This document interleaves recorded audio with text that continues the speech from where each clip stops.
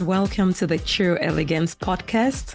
I'm your host, Dr. Bunmi Akinkugbe, also known as Dr. B.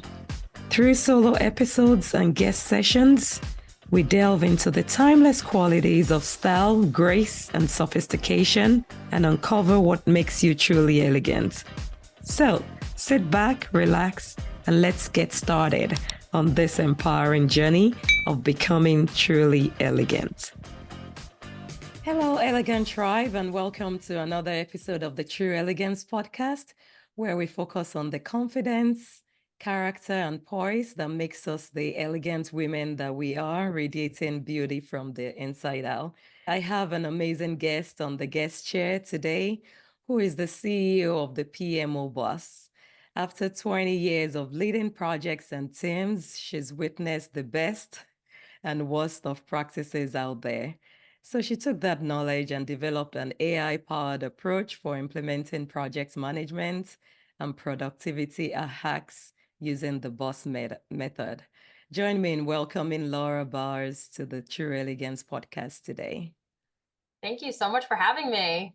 Awesome. Welcome, Laura. And as I read your bio, it's amazing how we evolve through life. Having done something for so long, you think it's the key to everything else you want to do. But 20 years later, you took a leap into something else. Can you tell us about that transformative journey? Yeah, absolutely. It is definitely a lot of thought goes into something like pivoting out of a traditional 9 to 5, fairly good corporate career and taking a lot of risk to do my own business, right? Jumping into that entrepreneurial space. But for me, what had happened was, COVID impacted so many of us. And Right. during that COVID time, I had 2 young children. So my daughters were I think 2 and 5 when COVID started. Okay. So it was a lot of meetings and potty training and just chaos was happening. And I come out of the IT program management space. So IT was blowing up. Our team was in high demand. There was no, I wasn't sitting around. I wasn't that person that was creating their sourdough, starter, right? I didn't have, that wasn't happening for me. I was on my computer even more, working even longer, trying to meet the demands of the organization as they shifted to this, highly remote environment. Right. So it was nice to be in demand, but at the same time, I was just grinding and like trying to balance everything to the point where I would just, kind of step back and I was like, is this it? Is this like the rest of my career? Like, I still have several, hopefully a couple decades, right, until I retire, unless I can become a millionaire really fast. So I'm like, is this what I'm going to do for the foreseeable future and just be burnt out and, you know, kind of struggling to do both, right? I think as working moms, we struggle to be the perfect mom. We struggle to be the perfect, you know, uh, employee or leader, right? Right. So during this time of, I got a Facebook ad for a leadership program. It was about personal development. And the long and short of it was like, are you living your best life? And it just, it resonated with me very deeply. And I was like, no, not at all. Like, my life has become kind of routine and there wasn't anything exciting for me.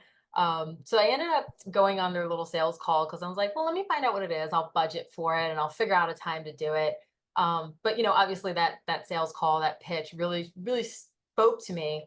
Because not only was it the first time I really dove into personal development, but they made it very exciting by having us meet in Tanzania and climb Mount Kilimanjaro at the end of the 6-month program. So it Wow. was like this big, exciting adventure that was totally missing from my life. So I was like, okay, not only am I going to kind of work on myself, I'm going to get to do this incredible thing. Yeah. And through that process, the program itself did a lot about discussion about values and how you lead yourself in your life. Like you don't need to be a leader to lead. Um, so it was like, how do I want to show up every day in my life and what is actually important to me? And am I working towards those goals on a daily basis? And then getting to do that big, amazing thing. So it's like all overnight, I became cool again. Like all of a sudden, I'm like, oh yeah, I'm going to go to Africa and we climb this big giant mountain. And Uh-huh. it was, it reminded me that I needed stuff in my life like that for me, like not Right. just for the family, for the kids. But long story short, going through that process got me to the point where I then realized I wanted more out of my career. And that ultimately led to the transition of moving on from my corporate career as well. Wow. That is amazing and such a beautiful story. Many times we come across those sales ads, everywhere, and you're like, click, click, click. But to find something that caught your attention and was so relevant to you at that point in your life to cause that unique pivotal moment to being who you are today is quite impressive. And I love that tagline about are you living your best life, and I'm sure that was really a wake-up call to decide like, okay, with everything going on right now, am I really living my best life, or is there something else that I should be doing that helped you to leap into that and make that decision? So, for many of us, many times life becomes routine, like you said, and there are many women listening and watching today who might be in those shoes. What are your tips, thoughts for them on maybe immediate next steps if you're in that situation? Yeah, I think when I was going through that, there was nothing fundamentally wrong with my life, right? Like I was in a very fortunate position of, again, being in an in-demand career, like at the time of COVID, when there was so many horrible things going around and just the news was terrible and there's tragedy everywhere. And it was just kind of like, okay, what do I have to complain about? I'm maintaining my job and got health insurance, and yeah, it's stressful, but like on the base level, I was taken care of. But it did take some reflection for me to realize that that wasn't enough for me to live fulfilled, right? I was living and I was getting by just fine, but there wasn't anything going on that was truly motivating me to improve my circumstances.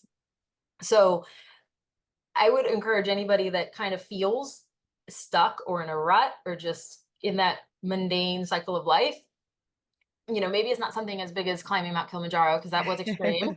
But if you're up for something like that, I highly recommend it. But it could be something simple like taking a class that you have had in the back of your mind that you just don't do because there's no time for you. Like it's finding little things and prioritizing ourselves, right? Like at the end of the day, if you're not taking the time to prioritize what is going to fulfill and motivate you, you're really not serving your family and your friends and your community and your job, because Right. you start to stifle yourself, right?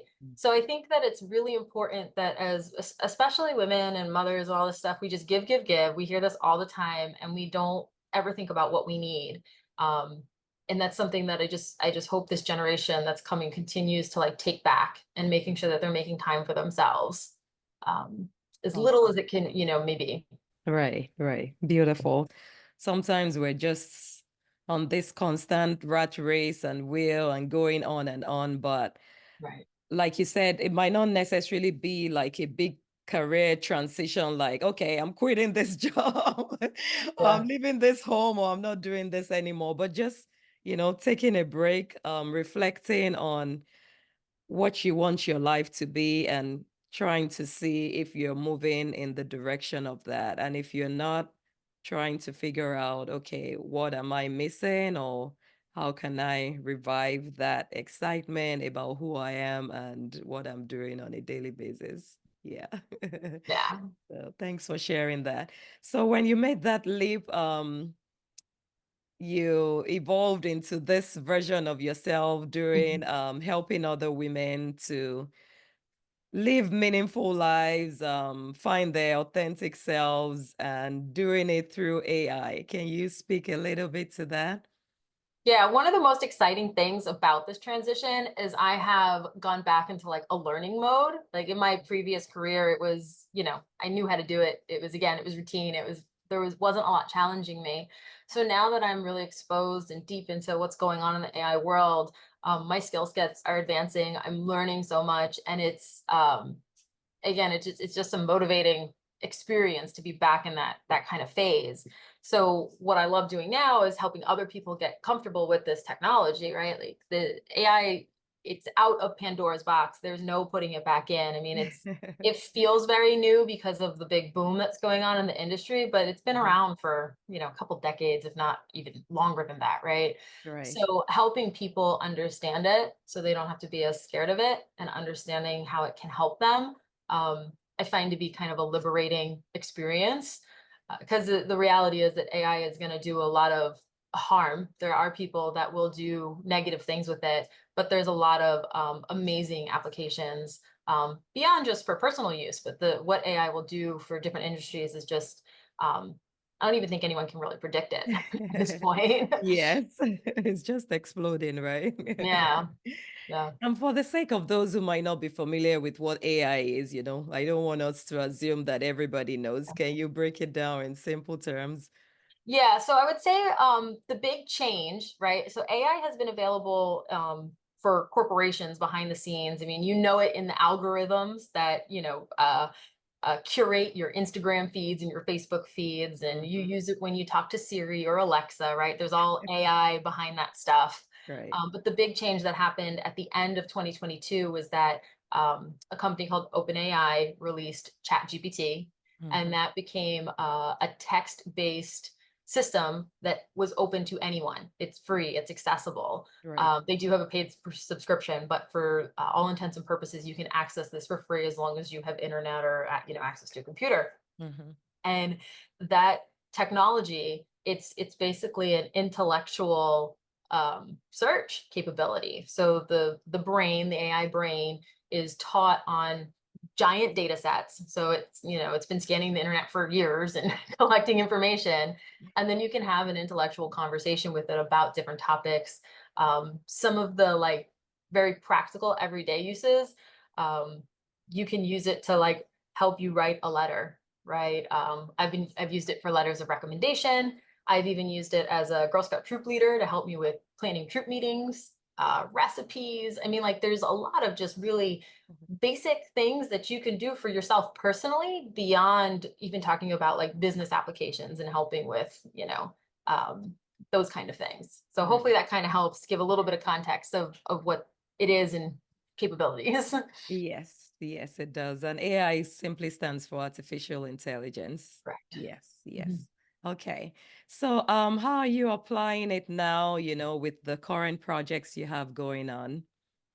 Yeah, so we like to make sure that whenever we're using AI, we're really big on using it responsibly with integrity, um, you know, garbage in, garbage out. So if you're not the human behind the keyboard working with the AI, you can get crap. And I'm sure people have read headlines and seen, because starting to get that vibe when there's something kind of artificially curated that no thought went in. um, so we do a lot of work with making sure that we're training the AI correctly so that it replicates our values and the integrity of the business, the voice of the business. So that's one thing that we like to teach people with before you even get into any like level of projects is just using it with integrity.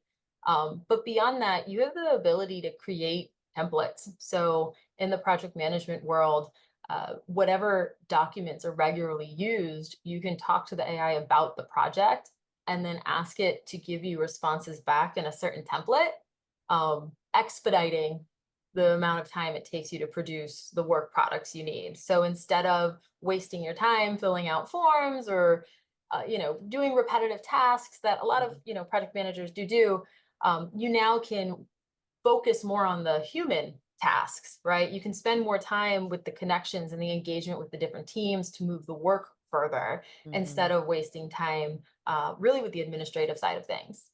Right, right. Beautiful. And I love what you said about, garbage in, garbage out. So Mhm. these days when people hear AI, you just think you can just pull up stuff and put it out there, but that's not really the goal. Like it's to help enhance whatever it is you're already doing, and you still Mhm. have to put in the intellectual part of it to customize it to the specific needs that you Yeah. need it for. Yeah, Yeah. I like to say that AI will expedite tasks. It will not do them from start to finish for you. I think there is some misconception that you like AI is just pumping out all these answers, but no, there's still stuff that needs to be done. It doesn't happen without humans. Right. Love it. So for everyday people that are not necessarily into projects management, Mhm. what are your tips, best Mhm. practices on how to, I know you're a queen of productivity hacks and everything, how to be more productive in their day-to-day life. Yeah, so when it's specific to AI, what I do encourage everybody to do is try to learn some of the basics to avoid some of the fear and mistrust around the technology. Because I think if you do take some time to learn the basics, like we're not talking about becoming a prompt engineer or like an AI engineer, these, super technical jobs that are popping out all over the place, to do these things, but just understanding how it's created so you just know what you're interacting with, I think is a huge first step with just feeling comfortable with it, because then that once you have that baseline, you're able to interact with the technology with more comfort and faster, right? So you're going to gain that efficiency with using it. And then there's a lot of information out there about prompts. So doing some searching on like how to prompt the AI is really a huge thing. Now you do want to kind of make sure you're getting a reputable source because there's so much stuff out there right now. But when you start to understand how to talk to it, the results that you get back are much better. What is nice about AI is that it can be very conversational, but the more information you give it, the really the more expedited your results will be. Right, right. Love it. So, in all this, I just see a theme coming out that also has to do with like, productivity, work-life balance. What have you learned in this transition and in this phase that you want to share with the women? But I really have gravitated towards AI and artificial intelligence because I think it is such an opportunity to get my time back so that I can have it for what I want, right? Like Right. I don't want to be working on my computer all day, right? Like that's not, I don't think what anybody really wants. Mm-hmm. This hustle culture and grind it out is sure there's a place and there's some benefits to it to, creating success. But the reality is that if you can be smart about how you use your time and how you're implementing technology into your life, you can then take the time you get back and spend it with your family and like Right. be at the things you want to be at and have all the enhancements in relationships, which quite frankly, that's truly what I'm after, right? um, so that's where I spend a lot of my time thinking of like, how can I really create this more vivid life of meaningful connection as opposed to, grinding. Right, right. And how important it is to have meaningful connections, and creating extra time in your day to day definitely helps with that. So, Yeah. totally agree. Well, as we wrap up the conversation today, I just want you to share, any closing thoughts, comments, and then we'll talk about how we can stay connected with you and what other services you provide. Sure. One thing I would just say is that anybody who is feeling kind of swirling around the drain or stuck, just to step back and think about the things that light you up and try to figure out how to incorporate that into your life. Not to like waste any more time not feeling fulfilled or at least seeking it, right? Because fulfillment doesn't come overnight. But making steps towards doing the things that really light your personal self up, and not worrying so much about what everybody else wants or thinks you should be doing. Right. Beautiful. Thanks for sharing that. And how do we stay connected with you?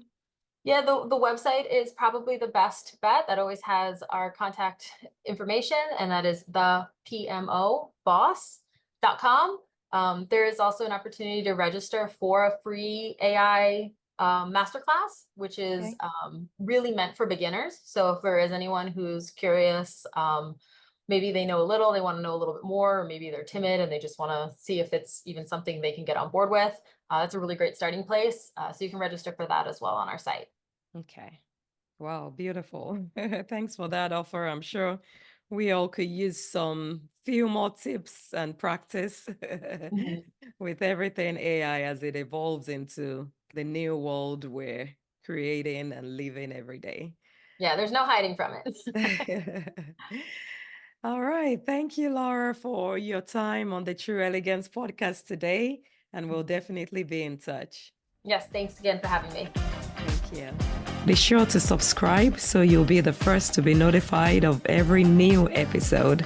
Leave a review and share this podcast with that elegant lady in your life. This is a space where we can come together to empower and inspire each other and live feeling elevated and enlightened.